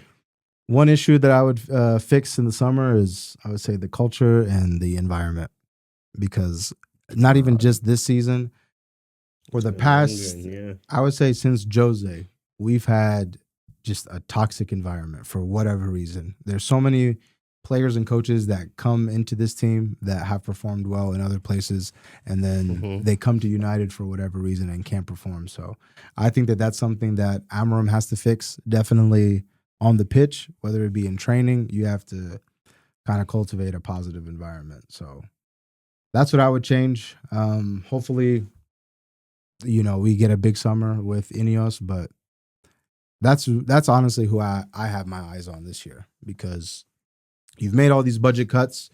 You know, a lot of people have lost their jobs within the club because you want to tighten up financially. What is it? The free lunches. There's no more free lunches. It's a canteen anymore. Like, if we're gonna go through all these measures, and obviously, like, it's gonna be uncomfortable. You know what I'm saying? You guys, Chelsea, you guys had to go through a very uncomfortable transition when Roman left and this person, whoever the person is now, came in. So, yeah, I mean, I'm looking at Ineos. I mean, I think Jim Ratcliffe, like, I'm very curious to know what you were told going into to this whole buyout with the Glazers. How do you give someone 1.3 billion and it's like you're unaware of the situation, as if like you're gonna come in? If you were to give me 1.3 billion, if I told you, Mike, you can't really spend money on like that, it'd be like, what? Well, then why am I? You know what I'm saying? Why would you give me something if I can't buy it? It's just like another happy to be here person. You know what I'm saying? Just kind of. So yeah, I would say the environment internally. And that's a big summer for Ineos, man. We don't have that much money, so we got to get very savvy and swift in the transfer window. Sell. That's fair. Mike, same questions for you. I was gonna let you take this one, actually. Oh wow. Yeah, I was gonna let you take this one. All right. So if I had to start from the top, I would give our grade an A, to be honest. We said it when we were at the top of the year. You said Chelsea could get 4th place. I thought we'd get 5th. The way the cookie crumbled, 5th place did get you a Champions League spot this year. But I think we both said it at the beginning of the year. All we wanted this year was to be back in Champions League and to win a trophy. Whatever trophy that was, whether domestic or this new UEFA Conference League trophy. And we got our thing. We got our little thing. Yeah, man. Again, shout out to Enzo Maresca. Salam, he was going to be my shout out as well. And from the top of the year, I had my issues with him. You know, I would say the worst part of this year was January to April for me as a Chelsea fan. I'm sure for you as well. I agree. You know, we started off hot. You know, there were talks of title race, blistering speed, fam. We were second place heading into the New Year's Day, only behind Liverpool, and then from there it seems like Cole Palmer got a real cold, maybe pneumonia. I don't know what was going on with fam. He couldn't score, couldn't assist, looked like a shell of himself. And it was tough. And honestly, shout out to our defenders and shout out to our team because we came out of that slump in April still in 5th place, you know, so still in 6th place. You know, there were a lot of teams that were coming to get around where we were, but we somehow were right in striking distance within the last month of the year, able to close it out again, top 4 and the trophy. So for me, I had to say that's what I expected this year. You know, I expected to get a trophy. And I expected to get top 4 or top 5. I expected to get back in Champions League. And that happened. So if I say anything less than an A, it'd be a lie. I think this year was huge for us. Yeah. The best moment I would say was definitely the end of this year. And again, do I think we'll finish higher or lower than next year? I honestly expect us to stay right at 4th place. You know, I feel like that's a cop answer, but I truly feel like we're right where we're supposed to be. You know, after this year from Liverpool, I think they're the best team in the league for sure. And based on what we've seen them already start to do this summer, they're going to get a lot better. If they get Kirkez, that's a huge upgrade for them. So I'm scared of what Liverpool is going to be, but City and Arsenal are still better than us in the league. But outside of those 3 teams, I think we're right there. You know, I said that last year. I said that this year. This roster is, on paper, we should be competing with these top teams. And honestly, right now, I think we can take these top teams. It's just, are we able to go in and play the way that I've seen us play this last month? If we can do that consistently, we are going to be extremely scary, bro. What do you think gets us close to City and Arsenal? Consistency. I think we need to be a little bit more clinical. That's a great one.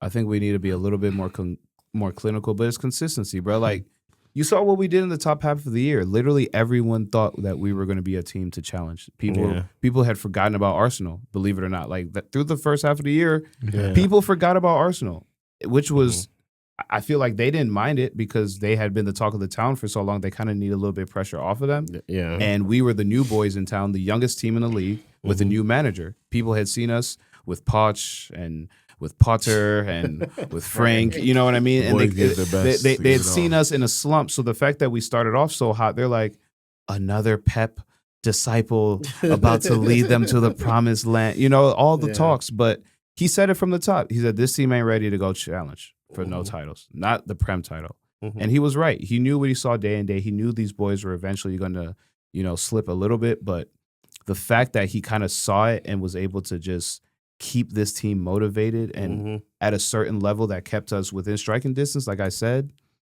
I don't know, man. I think we really just need to be more consistent. And I think that comes with growth. You know, it comes with being in the Premier League. It comes with understanding what it takes to play 38 games in the league and then domestic and then Europe. You know what I mean? The teams are just going to get harder in Europe now that we're in the Champions League. So it's just consistent, man. If we can keep this consistency and just understand that blips will happen, but if you can shorten the blip, look at what Liverpool did, bro. I got 2 quick questions for you guys. Do you have something? Yeah, I was going to say, so for the fix of what could possibly fix this team next season, we just got a here we go for Liam Delap. How are you feeling about that? You think that helps with the striker situation? I saw him score 12 goals on a team that Salam said, you know, we're picking their bones because they're getting relegated. That guy is a head down, burst of speed. I know how to score goals. But what I like most about him is where I think Nicholas Jackson lacks. It's the fundamentals. It's being able to trap the ball, pass the ball, being able to combine, being able to understand I don't need to be offsides 4 times a game. Liam Delap is very good at the small things that I think Nicholas Jackson right now has trouble with now a lot. You know, we know he's a hothead. We know that he stays offside. We know that. I mean, we just saw him in the final. He had a breakaway on goal and he lost his footing. You know, and that was at a point where the game was still we were still down, or I think it was 1-1 at that point. So for me, it's one of those things. You know what I mean? Luckily, we came out with the win, but Mike, those are things that cannot happen at the highest level. That was embarrassing. Those things cannot happen, bro. And we've talked about it multiple times in the group chat. I hit you on the side. Certain things that piss me off as a former center mid, if I can't rely on my striker to be on side, who am I passing the ball to? Frustrating. It's super frustrating. So, I think Delap is a very, very interesting pickup for us because he's going to force Nicholas Jackson to get better at the small things, and I think it'll make both of them better. Is he better than Nicholas Jackson? I think Nicholas Jackson is a better athlete. I think Nicholas Jackson is he has a higher ceiling. I think right now, if I had to go band for band, Delap right now he's a more suitable striker for what we need. Really, he's more consistent, man. He's consistently there. I think if we had a consistent striker that we know is going to get 20 to 25 goals. If we're giving the Delap the service we were giving Jackson, because think about it, Jackson ended. You think he's better? Jackson ended this year on what, 15 goals? Right now, yeah. Jackson ended what on 15 goals? 9 goals. 9 goals. 15 all comps. Okay, so Delap had 12 in the Prem. That's fair. all I'm saying. That's fair, and that's a good assessment.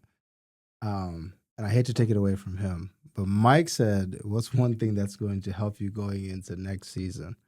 I'm gonna add because I have an answer. Okay, and we talked about it. Yeah, that fix is coming. What's his from Brazil? Estevao. Talk to me, Mike. Andre Santos. Don't sleep on either. Don't sleep on either. This might be a crazy take, but I'm gonna say it. This is what it is. I personally think Lamine Yamal has competition on the way. And that competition is called Estevao William. We might need to end the pod right there. We might need to end the pod. Nah, but bro, this kid, it's there, man. Like I've been looking for every reason to not be excited about this kid, and I just can't. He's good. I just can't wait. Mike, it's a hot take, but I'm willing to say. Honestly, bro, I sold all my Endrick stocks. I told you, Mike. Estevao? Estevao? He's on the way. He's the real deal, bro. He's good. He's on the way. Gabriel, I know he has to prove it. He has to prove it in the Premier League, but you know. Take a bow. We'll see. We'll see. Gee, same questions for you, man. How do you rate Arsenal this season? I give us a solid C. Really? Wow. And the only reason I'm not giving us a D, honestly, the only reason I'm not giving us a D is because of our injury issues this year. The only reason. The sole reason Arteta will get this C for me. This season is a failure and disappointment to me, if I'm being completely honest. We're talking about a team that should be building on what they've done over the past couple seasons. This is a team that should be competing for the league. This is a team that should be winning trophies. This is a team that should be competing in Champions League and getting to Champions League finals. And simply this season was just a pure disappointment. I mean, I can go down the list of so many things that we did so poorly in just matches, losing to West Ham at home. Like I always talk about it. If you want to win the English Premier League, at home you almost have to go perfect. You almost have to go perfect at home. I'm not saying you have to get 3 points every match, but you can only really drop 3 to 4 matches at home, and they better be draws. They better not be losses unless it's against another top 6 team, or not even top 6, but another top team, a City, a Liverpool, a Chelsea, whatever. Outside of that, you cannot afford to drop points. And then to take it even a step further, for the teams that are the bottom half of the table, the 12 through 20s, you better get 6 points on the season. You have to to go perfect against them on the season if you want to have a chance. And for a team that the past 2 years you've been around 80, 90 points, to finish on 76 points around there that season, and everyone in the Prem dropped. It wasn't just us. All of our points totals dropped. But to drop that low, come on, bro. Come on. I still think you're a little harsh. No. Yeah, I'm gonna be harsh. Yeah, I'm gonna be harsh, bro. I'm gonna be harsh. That's what happens Absolutely. when you expect more. Yeah, this is ridiculous. This is actually ridiculous. The only reason I'm giving Arteta a C is because of the injuries, and I wanna go down this injury list because it's actually insane. And some of these guys haven't played, but I haven't played a whole bunch, but there's still pieces that we could use. Kieran Tierney out for 5 months. Tomiyasu out from October for the rest of the season. I forgot. Yeah, I was to say we haven't even seen. Mikel Moreno, he was out in the. He didn't even start the season with this. We signed him. He hurt his shoulder with the third training session in. Martin Odegaard out for 3 months from September to late November. Calafiori out for 17 total matches. Ben White out for 4 months, 25 total matches. Urian Timber out for 3 matches, and God bless his heart because he came back from an ACL injury. Gabriel, our center back, 15 matches from December to the end of the season. Saka, 4 months, 29 matches. Martinelli, 4 matches. Kai Havertz, 18 matches, 3 months. Jorginho, 5 matches. William Saliba only missed the last match. But to go back, Kieran Tierney, 18 matches. Tomiyasu, 48 matches. And Moreno, 6 matches. And Odegaard, 12 matches. That is the only reason you have some sympathy from me. Because we have not, as much as we wanted to, we have not had a consistent 11, our consistent 11 that we play with. And if I'm looking at it, bro, if Liverpool missed Salah for 3 months, all right, where would Liverpool? I'm not saying they wouldn't still be good, but this is a guy who put up 28 goals and 19 assists. Saka is our Salah, out for 4 months. If, let's say, Salah comes back and then now McAllister goes down, that's another guy who's going to provide goals, also very important in their midfield. What are you going to do? Let's say Virgil goes down for the last half of the year. Yeah. What are you going to do? What are you going to do? Let's say their striker goes down, whether it's Darwin, whether it's Gakpo, whether it's Jota. Or Darwin, yeah. But let's say Darwin goes down for 4 months. Yeah. You have other options, but the big losses. We're playing with our center mid, Mikel Moreno, was our striker for 10 matches. And given him being our striker, I saw some stat, it was like from the time he started striker till maybe close to the end of the Premier League season, he was top 3 in goals. Which is crazy to think about. That is scary. Insane to think about. We bought this guy to replace Xhaka, play the 8 or 6. He has to end up being our striker. So, that's the only reason I have a C from me. Our best moment of the year, I would go beating Real Madrid in the quarterfinal. That was our best moment this season. I never thought we would manhandle Madrid like that. And that was my first time seeing Madrid Arsenal. Yeah, no, they were. It was Definitely belt. Definitely a highlight. It was belt to ass. I ain't gonna lie, it was belt to ass. It was. It was. Yeah. They had no answers. No, 0 answers. And that was by far our best moment of the season. The worst moment of the season. Where do I even start? I think honestly, our worst moment of the season, and I know some other Arsenal fans probably won't agree with me, but I will go to our manager and I will say that our worst moment of the season was not giving Ethan Nwaneri a chance. Oh, yeah. And I alluded to this earlier this year, but I said this in our preseason. There were a couple guys when I looked at our preseason squad and we were playing matches, I said, whoa, these guys look ready to play, like right now. Mm-hmm. I was questionable about Aiden Heaven, but Aiden Heaven went to United, and I'm sorry about his injury, man. That's so unlucky. I wish the best for him. But he was the guy who was like, you know what? I can see him being on the team, 100%. Like, this is a guy who can provide decent minutes and, give him some exposure. Lewis Skelly was another one. I said, this guy looks ready to start right now. Mm-hmm. Immediately, I saw him during preseason. I said, whoa, he looks very, very good. And then Ethan Nwaneri, he looked ready to play. ready to go. And I know Odegaard's in your position, but you have to think about it. Odegaard was out, I just said it, for 12 matches, bro. It's 3 months. Yeah. You put Kai Havertz there. And you put Kai Havertz there that didn't do much, took him out of his 9 role that he was already playing. Oh, I didn't even say Gabriel Jesus. He was on the injury list anyway. And he's been out anyway. But, we had Odegaard out for months. Kai Havertz wasn't working there.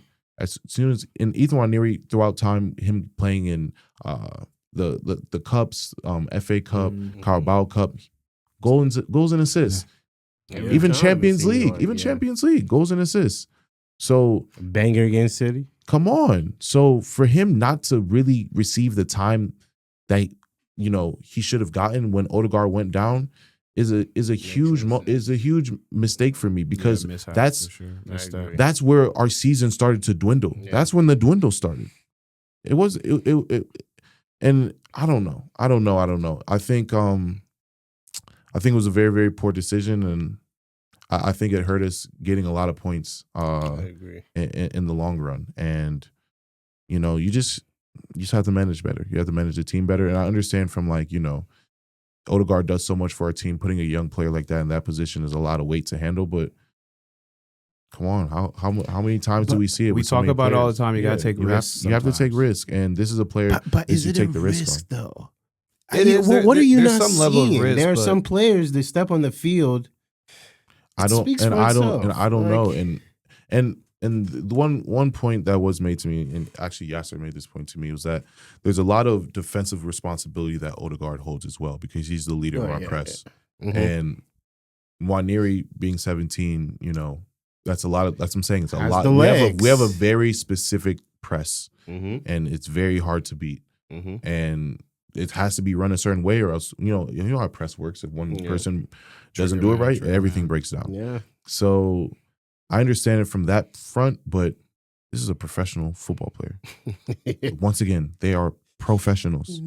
They are there for a reason. You have him on this squad. You called him up he could still be a youth player. Easily. He could still be playing with the youth team. You have him on this squad for a reason. So you have to take some risk. You have to. And for him not to take that risk, I think it was a huge mistake. And I think that was personally our worst moment, besides certain just matches. One critical fix, I think it's glaring clear. We need a striker. We need a striker. I won't even spend long on that. We need a striker. Where will we finish this season? Higher or lower? You finished second. Hey, talk to us. We're gonna get high. Yeah, we're finishing higher. I think we win the league. Wow, winning the league. Yes. Wow, I think the next time Salah carries Liverpool like this to a title, by all means. But he's Salah is never doing this again in the Premier League. I am sorry. He is not scoring 28 goals and 19 assists. It's not happening. Yeah. It's not happening. It is absolutely ridiculous that happened. Yeah. And they just caught this Liverpool team and Arne Slot caught the entire league lacking. This is just one year. Yeah. The entire City off it. Completely off it. Us, injury problems. Unfortunately, we should have been better in a lot of moments, but still a lot of players off it. United, the team that would be in the mix, I don't even know why you're off it. Tottenham, another team that would be in the mix, off it. Newcastle, they're still new. Aston Villa, they're still a little new. Chelsea, we just kind of off it. Yeah. So this Liverpool team and Arne Slot, he walked into a great system, a great foundation, refined it a little bit, and we all thought this was Salah and Virgil's last season. They said, you know what, we're just going to give it our all. We're going to try to win the Prem. That's exactly what they did. And now that they re-signed, they're going to get comfortable a little bit. They're not going to do this again. No, I would agree. Salah's not doing that again. And Salah carried them to this. Without Salah, was, like I said, if he was gone for 3 months, they would not have won the Premier League. I agree. 100%. So that's where I'm at. We're going to finish higher. Yeah. I like where we're all at in our assessment of our teams. And just to close it out, our last topic, I want to end with some USA. Landon Donovan was caught earlier today on his podcast with Tim Howard saying the U.S. national team isn't a priority for some of these guys playing in Europe. So we have the U.S. playing in the Gold Cup coming up this believe it starts June 13th. Starts June 14th. June 14th. It starts here in a couple of weeks. And it's the last time that the U.S. team actually is going to have, a competition, like a real competition before the World Cup. They'll have friendlies here and there. They'll come back within the next year. But, Club World Cup this summer. So we'll be missing some of some big players for the team. And then there were also some snubs, I believe, but also some players that decided they didn't want to come. Donovan's his statement was made after Pulisic was essentially caught saying that he wanted to take a little breather. He wanted to take some time off, kind of stay healthy. We know he's had injury problems in the past. But Donovan and Tim Howard, kind of echoed the same sentiment, saying, this is the last time that you and your boys, we get to see you, that you guys get to play together before we go into the World Cup. And it doesn't seem like you're taking this seriously. They were talking about themselves, saying when we were given these opportunities to play, we went and played. He said there were many times where I played 11 months out of the year and only got 1 month to rest. Mm-hmm. Yes, I made sacrifices, but that's what we needed to do, especially in years going into the World Cup. So I just want to name the roster of the U.S. Gold Cup. And we can just kind of go around, open discussion. But what I really want to know is, do you expect the U.S. to win this Gold Cup? And based off what you're seeing here, this is going to be a trial run for a lot of these players to, potentially make this 25-man roster for the World Cup next year. So who do you think has the best chance to get called up potentially on this World Cup roster? So I'll start with the goalkeepers. We have 4 of them. Matt Freese from New York City FC, Patrick Schulte from the Crew, Zach Steffen from the Rapids, Matt Turner from Crystal Palace. Jeez. I don't know why he's on. What? Oh my God. We got 8 defenders going to the Gold Cup. Turner obsession? Get Brad Stuver in there, please. We got Max Arfston from the Crew, Serginho Dest from PSV, Alex Freeman from Orlando City, Dewayne Jones from San Jose, Mark McKenzie from Toulouse, Tim Ream from Charlotte City, Chris Richards from Crystal Palace, and Miles Robinson from FC Cincinnati. Chris Richards is there. Mm-hmm. Mm-hmm. Midfielders, we have Brendan Arison from Leeds, Tyler Adams from Bournemouth, Sebastian Berhalter from Vancouver, Johnny Cardoso from Real Betis, Luca De La Torre from San Diego, Diego Luna from Real Salt Lake, Jack McGlynn from the Houston Dynamo, Quinn Sullivan from Philly Union, Malik Tillman from PSV, and then Sean Zawadzki from the Crew as well. And then our forwards, we got 5 of them. Patrick Agyemang from Charlotte, Balogun from Monaco, Damian Downs from FC Köln, Brian White from Vancouver, and then Haji Wright from Coventry. So a lot of names we've seen before, a lot of new names, a lot of call-ups. We know a lot of these European guys that are on the mainstay are going to play there. No Tim Weah because he'll be playing in the Club World Cup as well as what's his name, McKinney. But no Musa, no Christian Pulisic, no Anthony Robinson. He's also taking a little breather. But out of these names I said, who do you think has the best chance to get called up? And then do y'all think this team is strong enough to go ahead and win the Gold Cup? Absolutely not. This team is not strong enough. And honestly, no. You guys know how I feel about this team. Yeah. And it's not that I don't want this team to do well, but we have to call a spade a spade. We have to. We have to be honest with ourselves. We have to truly. That's not a bad team, though. We have. It's not a bad team. Yeah. We have to be honest with ourselves. Okay. Out of all of the competitions, the final. What was the final we just lost? Semifinal. I'm sorry, Panama, right? Yeah. Men's cannot. Forgot about that. Our strongest lineup cannot beat Panama. Hey, you might have a point. Why have any more belief that this team can go and do it? And it's not that I don't want them to go and do it. It's not that I think it's good that we have a lot of new guys in the mix to, kind of get that mentality back. These are guys who are I want to make this World Cup squad. I want to put America back on top again. I want to prove to, this team that I can be an asset. So there's going to be a lot of hungry guys, on this squad, and I'm excited to see that. But all in all, I do not trust this team. I don't. I have not trusted this team for since the World Cup. Yeah, since the World Cup. Yeah. Even I just don't trust them. I haven't trusted this young generation for a long time, and you can tell. I think with Pulisic not coming, and I understand the amount of games, but this is the last tournament you have. Like, Donovan and and Tim Howard said, this is the last tournament you have before the World Cup. You should be competing. You should be competing, and you need to build some type of foundation with these guys to have legs on to stand on in the World Cup. And the fact that they're not, I feel like I feel like they don't like each other.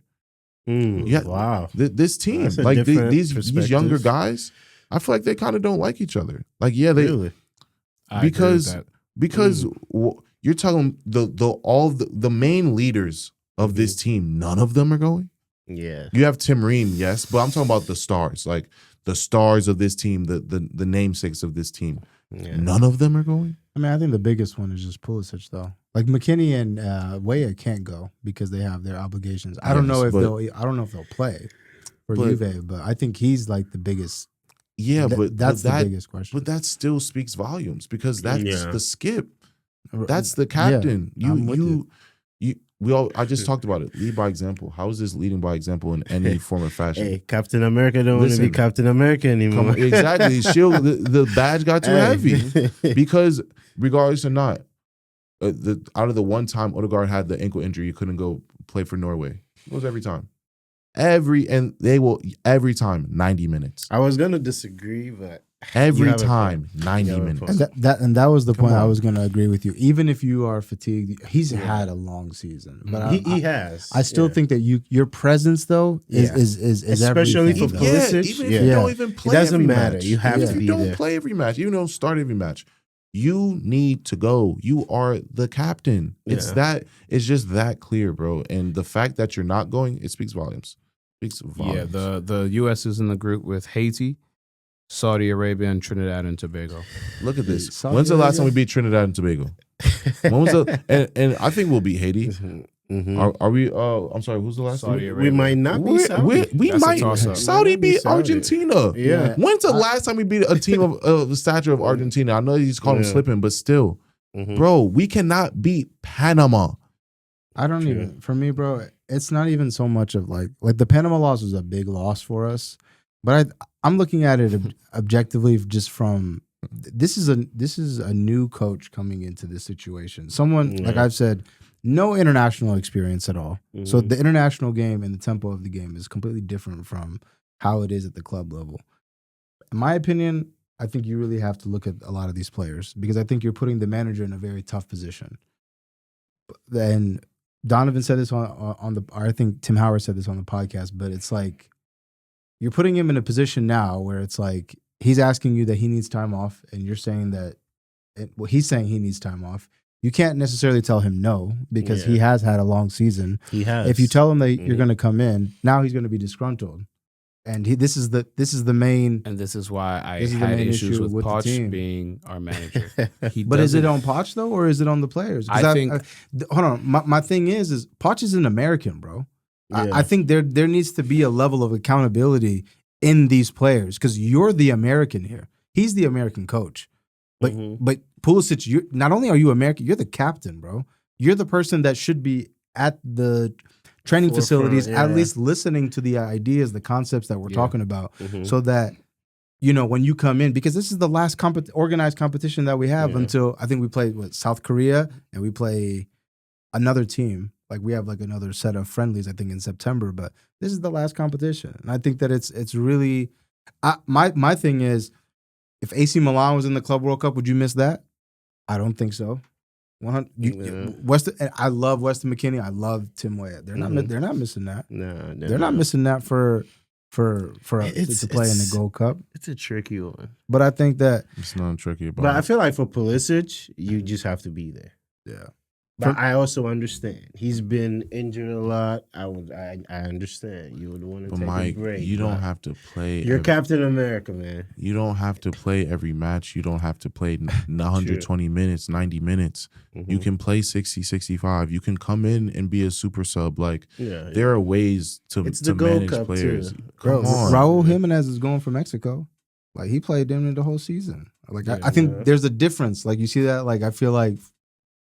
Players outside of the America, I feel like there's bit more pride. And representing your country. Here, it's just kind of like, and it's tough, bro. And I feel them because it's a very unique position where it's like my club team kind of outweighs my international. I played for AC Milan. Yeah. You know what I'm saying? Like But do you think him taking precaution this summer is to prepare him for the World Cup? But how are you going to prepare, bro? You haven't played. You haven't even played with these guys. Milan. You haven't even. No, he's played for AC Milan. I'm saying he's next year he plays a whole.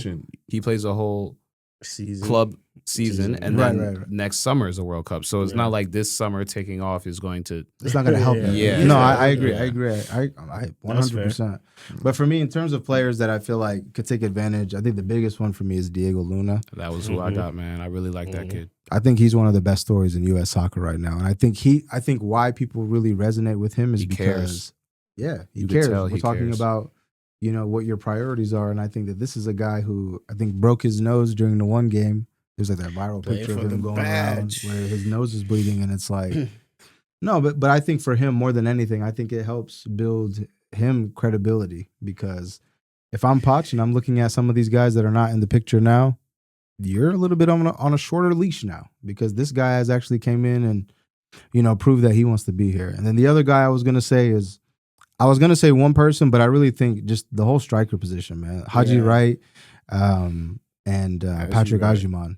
That number 9 position is completely wide open. Balogun too. Balogun, you're coming off of an injury. Yeah, but Haji Wright has had a good season. Daryl DK is back from being hurt. Yeah, if he could replicate even just a little bit of what he showed before he got hurt, I think that's, And then what's his name? Josh Sargent has had a good season in the championship.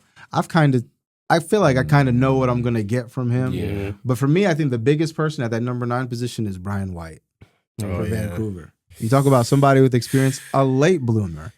And this guy's coming in, and I think he provides something a little different. So 100%. He's one person that I think could definitely benefit from this. But I like seeing... With all that being said... Oh, go ahead.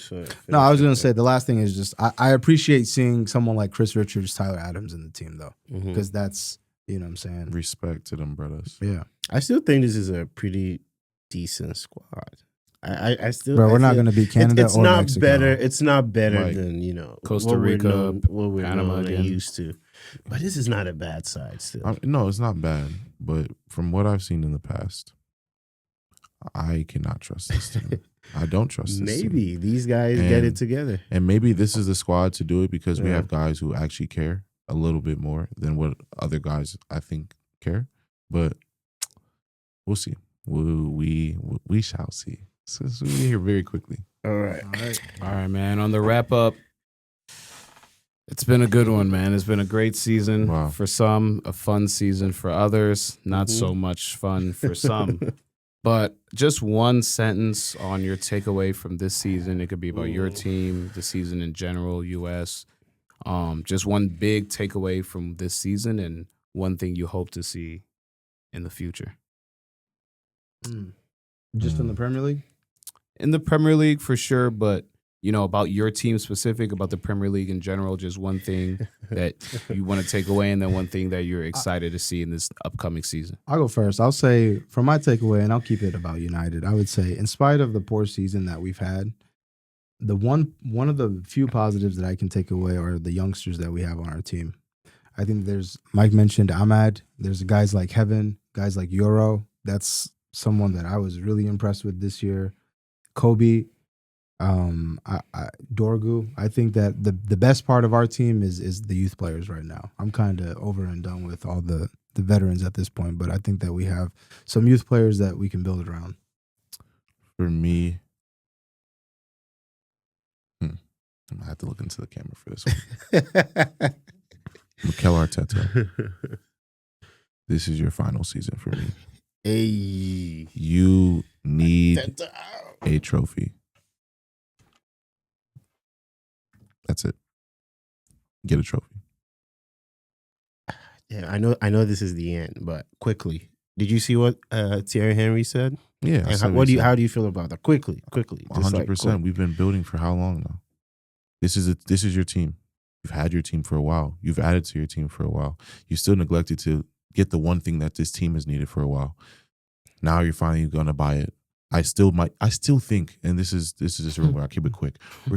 They're looking into Benjamin Sesko right now, like they already started talks. 80. This is not the guy. I'm sorry. I don't want him. I do not want him. The rivals are just going after the weird ones. I don't know why. I don't know why we're not going to get Gyökeres.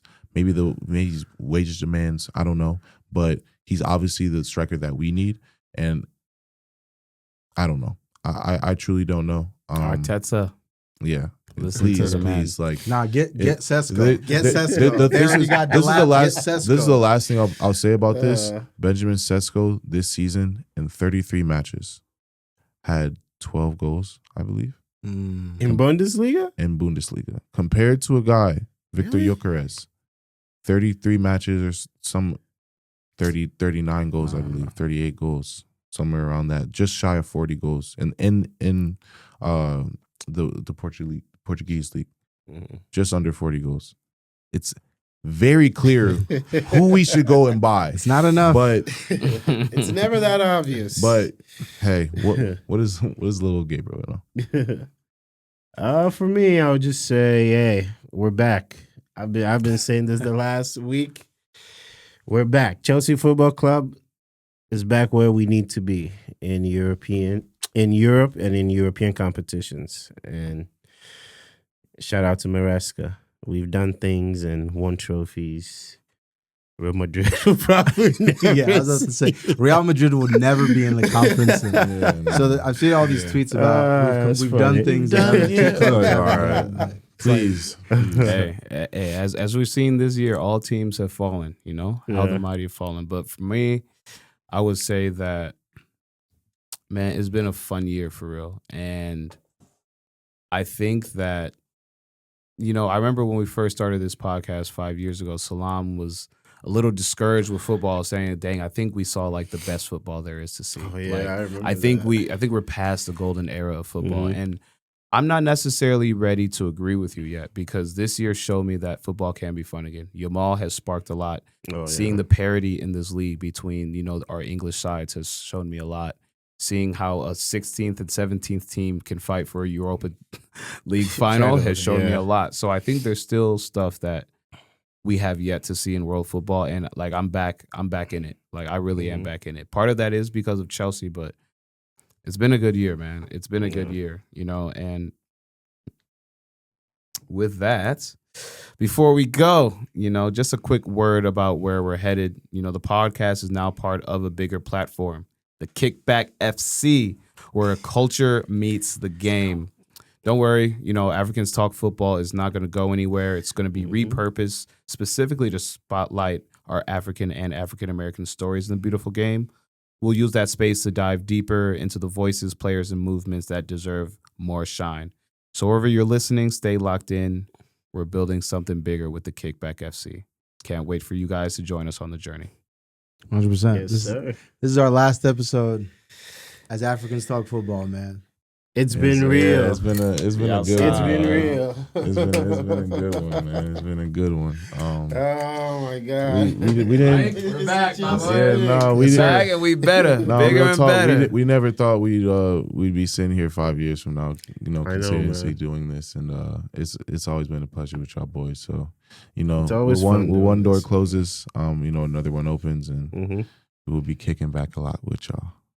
Yeah, man. Excited. We're very excited to, you know, diversify our content. So I can't wait, guys. I can't wait. We're excited. A lot in store. So much Yeah. in store for this next couple. Definitely a lot in store. months. Before I close out, I just wanted to shout out my guy Steve here. No, Yes, shout out sir. to you. And the Sycamore Podcast. Studios. Yeah, I'm sorry. Let me get this right. Shout out to my guy Steve. We edit this part out and put this part in. Shout out to my guy Steve, the Sycamore Podcast Studio. If you're a content creator, a podcaster, if you just want to get in front of a camera and talk like us, come to the Sycamore Podcast Studio. They'll get you together. We're in the studio right now. Amazing Beautiful place. space. Yeah. Beautiful space, and Mhm. definitely look forward to continue working here, man. So shout out to you, Steve. Shout out to my guys. It's been real, man. Shout out to you guys. Yeah, Thank you to all of you, always. Man. Shout out to everybody that makes this possible, man. Shout out Wasim. Wasim, shout out Yeah, to you, shout out bro. Wasim. Yeah, the real MVP, man. But as always, like Cornelia said, we're going to be repurposing this podcast into the Kickback FC. So this is actually going to be the last episode of Africans Talk Football. For the meantime, like I said, we're going to repurpose it and give you guys content that focuses solely on Africans and African Americans in the game. So until then, appreciate everybody's continued support. And as always, good luck to you in your future endeavors. Hey.